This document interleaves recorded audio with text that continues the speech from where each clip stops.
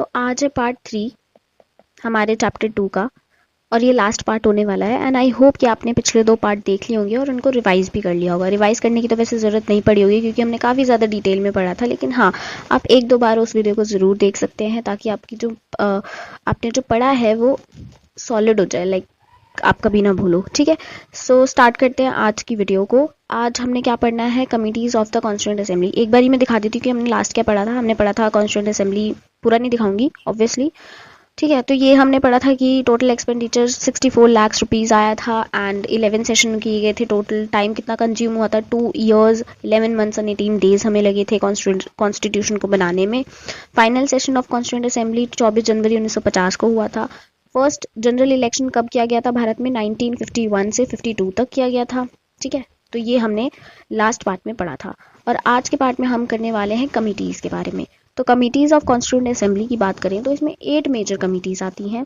ठीक है, कौन कौन सी आती हैं, union power committee, union constitution committee, provincial constitution committee, drafting committee. अच्छा, ड्राफ्टिंग कमेटी तो सबको पता होगा कौन थे इसके chairman, doctor BR Ambedkar ji. ये तो रटवाने की बिल्कुल भी जरूरत नहीं है।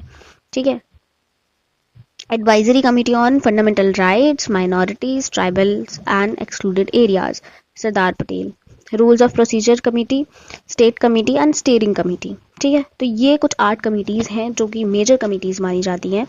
और उस टाइम पे इनके चेयरमैन कौन कौन थे मैं बताती हूँ। तो यूनियन पावर कमेटी के चेयरमैन थे Jawaharlal Nehru. Union constitution committee के भी चेयरमैन थे Jawaharlal Nehru. Provincial constitution committee के चेयरमैन थे सरदार पटेल, सरदार पटेल जी थे। ड्राफ्टिंग कमेटी, ठीक है। एडवाइजरी कमेटी की बात करूं, एडवाइजरी कमेटी भी सरदार पटेल जी के पास थी। अब आप इसको याद कैसे करोगे मैं आपको बताती हूँ। तो जहाँ पे भी यूनियन आएगा ना, यूनियन, ठीक है, वहां पे आएगा JL Nehru. Okay, rules of procedure doctor Rajendra Prasad. State committee again JL Nehru and steering committee की बात की जाए तो डॉक्टर राजेंद्र प्रसाद। अब इसको याद करने का तरीका यह है कि यहाँ पे जहाँ पे यूनियन आता है ना, यूनियन पावर कमेटी हो या फिर यूनियन कॉन्स्टिट्यूशन कमेटी हो, वहां पे आएंगे JL नेहरू। और स्टेट कमेटी के साथ भी आएंगे JL नेहरू। 8 मेजर कमिटीज है हमारे पास। 8 मेजर कमिटीज होने के साथ साथ इसमें 2 यूनियन है एंड 1 स्टेट कमेटी है। उन दोनों के ही चेयरमैन जो थे वो थे JL नेहरू। इजी हो गया, याद हो गया। ठीक है, ड्राफ्टिंग कमेटी सबको याद होगा, doctor BR Ambedkar.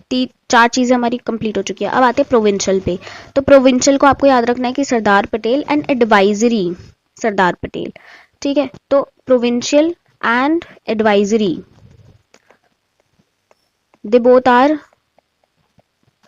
Under whom, Sardar Patel. ठीक है, ये भी इजी हो गया। Now rules of procedure and steering committee. तो रूल से याद कर सकते हो कि रूल्स है यानी कि R है तो राजेंद्र प्रसाद, रोल से राजेंद्र प्रसाद, ऐसे याद कर सकते हो। और steering committee again Rajendra Prasad. तो ये इजी हो गया, आई थिंक आपको अब याद हो चुका होगा। एक चीज हम कर सकते हैं कि मैं यहाँ पे इसको हाइड कर देती हूँ एंड फटाफट से एक बार रिकॉल करते हैं। ठीक है, तो union power committee JL Nehru. Okay, wait,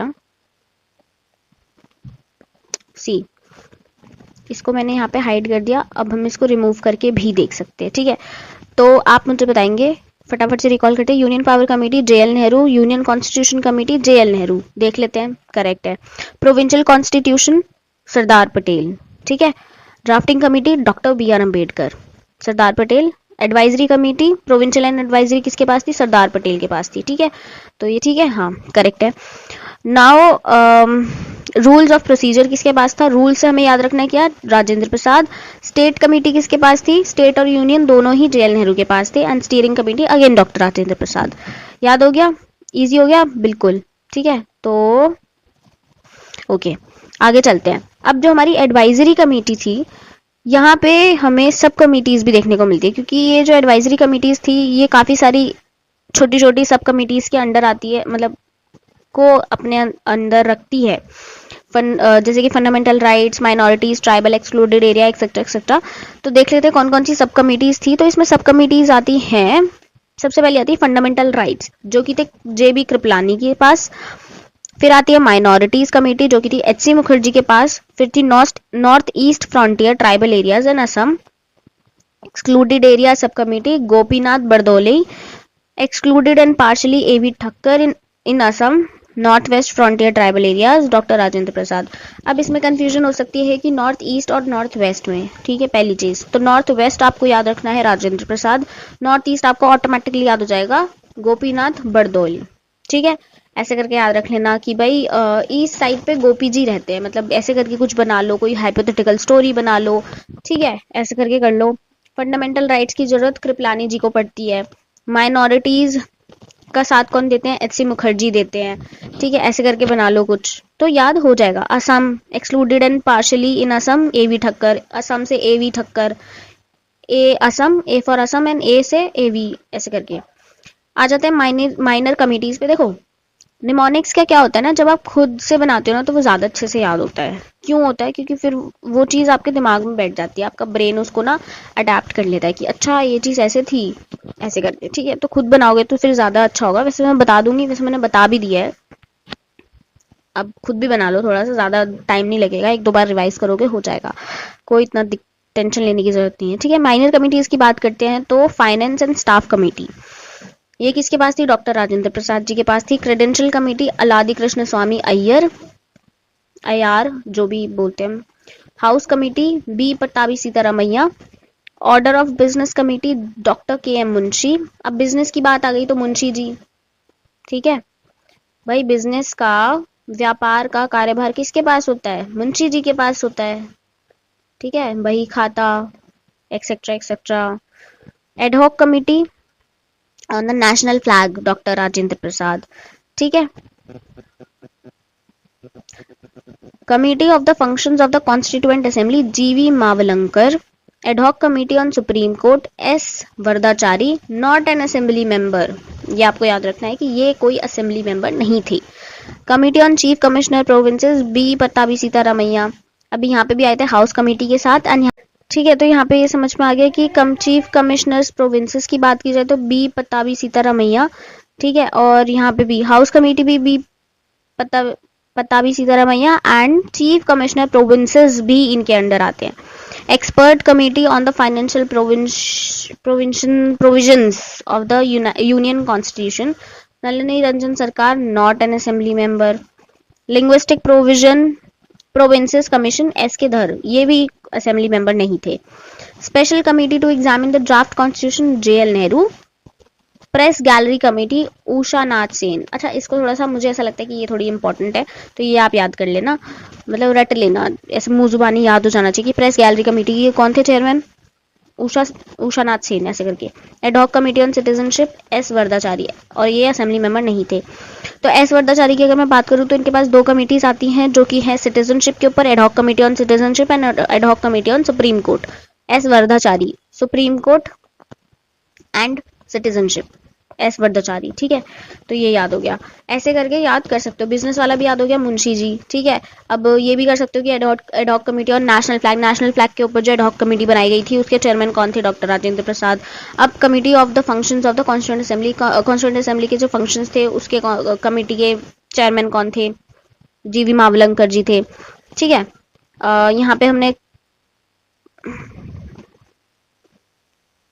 यहाँ पे हमने हाउस कमेटी और ये provinces committee commissioners chief commissioners provinces के पी पट्टाभी सीतारामैया थे, ठीक है। ऐसे करके याद हो जाएगा। लिंग्विस्टिक प्रोविंसेस एस के धर, पढ़ोगे दो तीन बार तो याद हो जाएगा। अब ये याद करने वाली चीज है यार, क्योंकि फैक्चुअल है, ठीक है। अब आ जाते हैं नेक्स्ट पे, ड्राफ्टिंग कमेटी, ठीक है। तो ड्राफ्टिंग कमेटी की अगर मैं बात करूं तो ड्राफ्टिंग कमेटी सेटअप कब हुई थी, 29 अगस्त 1947 को, ठीक है। आजादी के कितने दिन बाद, 15 दिन बाद, 14 दिन बाद, ठीक है।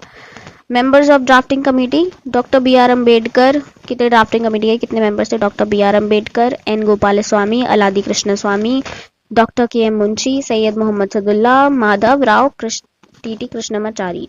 अब जो ये दो थे ना, माधव राव एंड टी टी कृष्णमाचारी, ये रिप्लेस की, मतलब ये पहले नहीं थे, पहले थे BL Mitter and DP Khaitan, but BL Mitter को रिप्लेस कर दिया गया माधव राव से। क्यों? क्योंकि जो इनकी हेल्थ के कुछ इश्यूज थे इसलिए। और DP खेतन जी डाइड हो चुके थे 1948 में, तो इसलिए कृष्णमाचारी को अपॉइंट किया गया। ये था। अब इसको कैसे याद करोगे? तो ड्राफ्टिंग कमेटी में कितने मेंबर्स थे? 7 मेंबर्स थे।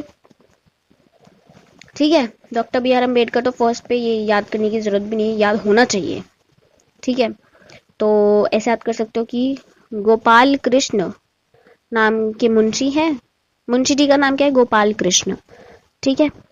ये किसके मुंशी हैं? सैयद मोहम्मद सदुल्ला, या फिर ऐसे भी याद करो सदुल्ला जी के, मोहम्मद सदुल्ला जी के मुंशी हैं गोपाल कृष्ण माधव कृष्णमाचारी, है ना। अरे मंत्र पढ़ते हो कृष्ण जी के, ठीक है, कुछ भी तो ऐसे फ्लो में आता है ना कुछ, तो ऐसे बना सकते हैं ना हम कि सैयद सदुल्ला जी मुंशी हैं किसके? गोपाल कृष्ण माधव कृष्णमाचारी। कृष्णमाचारी भी आ गए, TT कृष्णमाचारी, माधव राव भी आ गए, कृष्ण स्वामी, गोपाल स्वामी, मुंशी के मुंशी एंड सैयद सदुल्ला। ठीक है, 1 2 3 4 6 हो गए, and 7 it's doctor BR Ambedkar. तो उसके बाद क्या होता है? उसके बाद जो पहले ड्राफ्ट रखा जाता है कॉन्स्टिट्यूशन का, वो February 1948 में रखा जाता है। ठीक है। उसके बाद 8 महीने लगते हैं उसको डिस्कस करने में, ड्राफ्ट को, उसके अमेंडमेंट्स को डिस्कस करने में। उसके बाद सेकंड ड्राफ्ट आता है। सेकंड ड्राफ्ट कब आता है? अक्टूबर 1948 में। ठीक है। उसके बाद इन्होंने जो ड्राफ्ट रखा उसको 6 महीने से भी कम टाइम लिया था रखने में। ठीक है। एंड हाँ, उसके बाद आते हैं हम इनैक्टमेंट ऑफ द कॉन्स्टिट्यूशन पे। तो इनैक्टमेंट ऑफ द कॉन्स्टिट्यूशन की बात की जाए तो फाइनल ड्राफ्ट, ये क्वेश्चन बन सकता है इस पे, ये इंपॉर्टेंट है। ठीक है, स्टार मार्क करेंगे कि final draft doctor BR Ambedkar के द्वारा असेंबली में कब इंट्रोड्यूस्ड किया गया? 4 नवंबर 1948 को रखा गया। ठीक है। Assembly had a general discussion on it for 5 days till 9 नवंबर 1948। ये इतना इंपॉर्टेंट नहीं, बट फिर भी मैंने लिख दिया है, आपके दिमाग में रह जाएगा ये। ठीक है। Second reading clause by clause the clause consideration start कब होती है? 15 नवंबर को, और खत्म कब होती है? 17 अक्टूबर को। पूरा एक साल लगता है इसको सेकेंड रीडिंग को। ठीक है। 1948 में स्टार्ट होती है, 1949 में खत्म होती है। थर्ड रीडिंग की बात की जाए तो 14 नवंबर 1949 को थर्ड रीडिंग होती है। Doctor BR Ambedkar move the motion the constitution as settled by the assembly be passed. तो ये स्टेटमेंट याद कर लेना किसके द्वारा और कब कही गई थी। ठीक है। तो the constitution as settled by the assembly be passed, the constitution as settled by the assembly be pass doctor BR Ambedkar के द्वारा move the motion, date 14 November 1949। Easy. Okay, आगे चलते हैं। Draft constitution was declared as passed. जो draft constitution था उसको declare किया गया कि ओके पास हो गया 26 नवंबर 1949। ठीक है, कि भाई हाँ चलो अब ड्राफ्ट बन चुका है, अब कॉन्स्टिट्यूशन बनाए, मतलब बन चुका है, अब आगे चलते हैं। तो जो हमारा ड्राफ्ट कॉन्स्टिट्यूशन बन गया उसके ऊपर सिग्नेचर हुए, फाइनल सिग्नेचर होते हैं। किस किस के होते हैं? मेंबर्स ऑफ असेंबली के होते हैं और प्रेसिडेंट के होते हैं। ठीक है। टोटल मेंबर्स कितने थे? 299 थे, लेकिन जितने उस दिन प्रेजेंट थे, जिस दिन 26 नवंबर 1949 को जितने प्रेजेंट थे, टोटल प्रेजेंट मेंबर्स 284 थे, और सिर्फ इन्हीं के ही सिग्नेचर हुए थे। बाकी जो नहीं आए थे उनके नहीं हुए सिग्नेचर। सिंपल। ठीक है। The constitution as adopted on 26 November 1949। Adopt किया गया 26 नवंबर 1949 को हमारा जो कॉन्स्टिट्यूशन है। अच्छा, अडॉप्ट हमने किया 26 नवंबर 1949। ठीक है। इनैक्टमेंट में कब आया? इनैक्ट कब हुआ? 26 जनवरी 1950। ठीक है। क्या क्या कंटेंट था इस कॉन्स्टिट्यूशन में? एक प्रीएम्बल था, 295 आर्टिकल्स थे, 8 शेड्यूल्स थे। ठीक है। अब थोड़ा सा हम जान लेते हैं डॉक्टर BR अम्बेडकर जी के बारे में। ये एक लॉ मिनिस्टर थे। इन्होंने प्लॉट किया था ड्राफ्ट कॉन्स्टिट्यूशन। इनको जाना जाता है लॉजिकल, फोर्सफुल, परस्यूसिव आर्ग्यूमेंट्स के लिए। ठीक है, बहुत ही लॉजिकल इंसान थे, बहुत ही बढ़िया परसुएसिव आर्ग्यूमेंट्स भी रखते थे। और इनको कहा जाता है father of constitution of India. ये तो स्टेटमेंट हम सब जानते हैं। ठीक है, एक ब्रिलियंट राइटर थे, कॉन्स्टिट्यूशनल एक्सपर्ट थे, डिस्प्यूटेड लीडर थे किसके, शेड्यूल कास्ट के। और इनको कहा जाता है chief architect of the constitution of India भी। ठीक है, 19 नवंबर 2015 हमारी नई सरकार आई थी, मतलब आ चुकी थी तब तक। तो गवर्नमेंट ऑफ इंडिया उस वक्त 2015 में गवर्नमेंट ऑफ इंडिया ने क्या कहा, 26 नवंबर को हम कॉन्स्टिट्यूशन डे मनाएंगे, यानी कि संविधान दिवस मनाएंगे अब से हर साल। तो 26 नवंबर को कॉन्स्टिट्यूशन डे डिक्लेयर किया गया। और कब किया गया, 19 नवंबर 2015 किसके द्वारा, गवर्नमेंट ऑफ इंडिया के द्वारा। ओके, तो ये याद रखना है, 26 नवंबर को हम संविधान दिवस यानी कि कॉन्स्टिट्यूशन डे मनाते हैं हर साल। एक्सपर्ट कमेटी ऑफ कांग्रेस, ये इतना तो नहीं है इम्पोर्टेंट, पर फिर भी देख लो। जवाहरलाल नेहरू, एम असफ अली, के एम मुंशी, गोपाल स्वामी अयंगार, के तीशा, डॉक्टर गडगिल, हुमायूं कबीर, के संथनम। ठीक है, ये है expert committee of Congress. Congress की एक्सपर्ट कमेटी के मेंबर्स हैं ये 8 लोग। ठीक है, कृष्ण कृपलानी को ऑप्ट किया गया बाद में member of convener of the committee के तौर पे। कमेटी की 2 सिटिंग्स होती है। पहली सिटिंग नई दिल्ली में होती है 20 से 22 जुलाई 1946 तक। दूसरी सिटिंग जो होती है वो बॉम्बे में होती है 15 से 17 अगस्त 1946। ठीक है, criticism of the constitution assembly. अब ये सीए में बार बार आपसे कह रही हूँ कि कंफ्यूज मत होना, कॉन्स्टिट्यूएंट असेंबली है, ये मैंने शॉर्ट करके लिखा है। ठीक है, तो इसके ऊपर भी क्रिटिसिज्म हुए। तो क्रिटिसिज्म क्या थे कि भाई ये एक रिप्रेजेंटेटिव बॉडी नहीं है, नॉट अ रिप्रेजेंटेटिव बॉडी, क्योंकि ये इलेक्ट और नॉमिनेट दोनों हुई थी। उसके बाद नॉट अ सोवरेन बॉडी। उसके बाद टाइम कंज्यूमिंग, की बहुत टाइम ले लिया, 2 साल लगा दिए कॉन्स्टिट्यूशन बनाने में। ठीक है, इतना तो नहीं लगा था बाकी कंट्रीज को ऐसे ऐसे। और एक थे नसरुद्दीन अहमद जी, शायद, हाँ यही नाम था। इन्होंने कहा था कि ड्राफ्टिंग कमेटी का नाम ड्रिफ्टिंग कमेटी रख दो। क्या कहा था, ड्रिफ्टिंग, कि भाई बहुत टाइम लिया है। ये चीज इन्होंने कही थी, ये याद रख लेना अगर याद हो तो। ठीक है, बाकी डोमिनेटेड बाय कांग्रेस, कांग्रेस के द्वारा डोमिनेटेड है, and dominated by Hindus only, lawyer politician domination, ये चीजें कही गई थी क्रिटिसिज्म के तौर पे कॉन्स्टिट्यूएंट असेंबली के बारे में। इंपॉर्टेंट फैक्ट्स जो कि बनते हैं क्वेश्चंस बहुत बार। अब जो एलिफेंट का सिंबल है ना, वो सील के तौर पे लिया गया for the constitution, for Indian constitution. Okay, constitutional adviser and legal adviser B N Rao ji को कहा गया। B N Rao is the constitutional adviser and legal adviser. Secretary of constituent assembly H V R Iyengar. Secretary of constituent assembly H V R Iyengar. Chief draftsman S N Mukherjee. Chief draftsman S N Mukherjee. Calligrapher of Indian constitution Prem Behari Narain Raizada.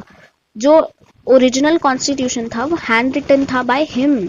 Okay, प्रेम बिहारी जी ने उसको hand written लिखा था, मतलब ऐसे बिल्कुल कैलीग्राफी स्टाइल में, ऐसे इंडियन ऐसे करके। ठीक है, कॉन्स्टिट्यूशन किसने लिखा था, प्रेम बिहारी नारायण रायजादा ने। ठीक है, ओरिजिनली हैंड रिटन था। तो अगर क्वेश्चन आ जाए ओरिजिनल हैंड रिटन प्रेम बिहारी नारायण राय ज्यादा। ठीक है, ऐसे करके याद कर लेना, कैलीग्राफर। उसके बाद ब्यूटिफाइड एंड डेकोरेट किसने किया था, तो नंदलाल बोस एंड व्यार राम मनोहर सिन्हा। डेकोरेटेड इन दोनों ने किया था। ठीक है, कैलीग्राफर ऑफ हिंदी वर्जन तो वसंत कृष्ण वैद्य। वसंत कृष्ण वैद्य। ठीक है, ऐसे करके याद कर सकते हो। मैंने कैसे याद किया है, तो मैंने याद किया है कि हमारे यहाँ पे वसंत विहार है। ठीक है, वसंत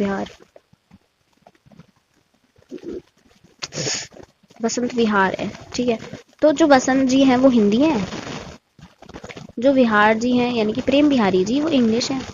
तो दोनों याद हो गया कि दोनों ही कैलीग्राफर से रिलेटेड है। भाई मुझे दोनों नाम याद करने थे बेसिकली, तो मैंने नाम कैसे याद किया है, दोनों ही कैलीग्राफर है, एक इंग्लिश के हैं एक हिंदी के हैं। तो जो वसंत जी हैं वो हिंदी के हैं एंड जो बिहारी जी हैं वो इंग्लिश के हैं। ओके, तो ऐसे करके याद किया। एंड प्रेम बिहारी जी ने ही इसको ओरिजिनली हैंड रिटर्न लिखा भी था, तो इस तरीके से याद कर लो। एंड नंदलाल बोस एंड राम मनोहर, तो ये भी याद कर सकते हो कि बोस लाल रंग से डेकोरेट कर दिया राम मनोहर जी ने, ऐसे करके याद कर लो। तो काफ़ी काफ़ी निमोनिक्स जो है वो ऊट पटांग होते हैं पर काम कर जाते हैं। Originally constitution of India did not make any provision with respect to an authoritative text of the constitution in Hindi language. पहले ओरिजिनली कॉन्स्टिट्यूशन में कुछ भी हिंदी लैंग्वेज से रिलेटेड नहीं था कि ऐसा कुछ टेक्स्ट हमें रखना है, लेकिन बाद में 58th constitutional amendment 58th constitutional amendment act 1987, ठीक है, सॉरी यार अगर बाहर से आवाज़ आ रही हो तो, 58th constitutional amendment act add किया गया 1987 में, किसके लिए, हिंदी लैंग्वेज के लिए। इंसर्टेड न्यू आर्टिकल 394A, किस में ऐड किया गया, 22 में, पार्ट 22 में क्या ऐड किया गया, article 394A for Hindi language, for Hindi language. Okay, तो दैट्स इट, ठीक है। So that is it for this chapter guys. हमने चैप्टर 2 कंप्लीट कर लिया है एंड ये आपका डन हो चुका है। मुझे नहीं लगता कि इससे बाहर आपको कुछ भी और पढ़ने की ज़रूरत है। हाँ, पढ़ने की ज़रूरत है तो आपको क्वेश्चन प्रैक्टिस करने की ज़रूरत है, क्वेश्चन प्रैक्टिस कर लेना एंड दैट्स इट। आपका chapter 2 making of constitution complete है, ठीक है, डन है। इसको ही 2-3 बार रिवाइज कर लेना, क्वेश्चन प्रैक्टिस कर लेना और बस हो गया, इससे ज़्यादा क्या ही करोगे आप, ठीक है। So yeah guys, that was it for today and do subscribe Trinora और भी ऐसी वीडियोस के लिए।